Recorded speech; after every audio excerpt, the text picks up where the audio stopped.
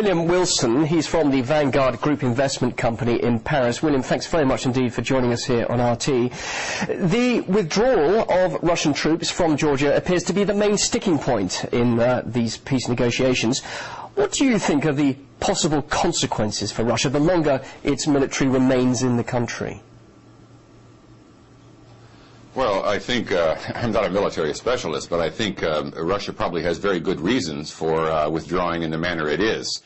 I guess you just don't line up tanks and drive them out one at a time. It's probably best to secure the best routes, the most efficient routes, and leave behind some security.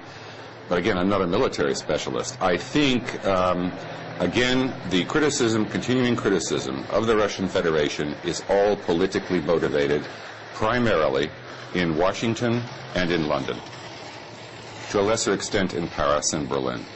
It is politically motivated because both the current leadership, the current Republican Party and the Labour Party in the UK, face election within the next 3 to 9 months, re-election. Consequently, it's politically motivated. Crises must be created where none exist.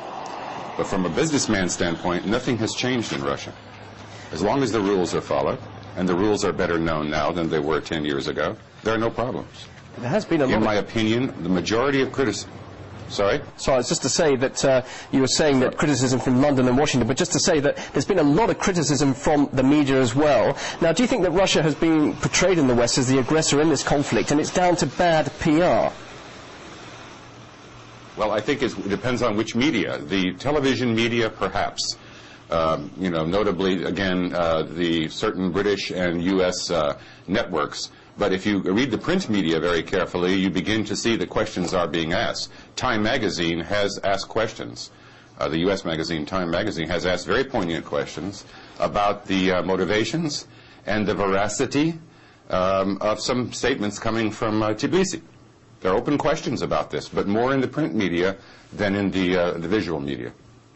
William, our time is very limited here, so thank you very much indeed for your comments here on RT. We'll have to leave it there. William Wilson from Vanguard Group Investment Company in Paris, thanks very much for joining us here on RT.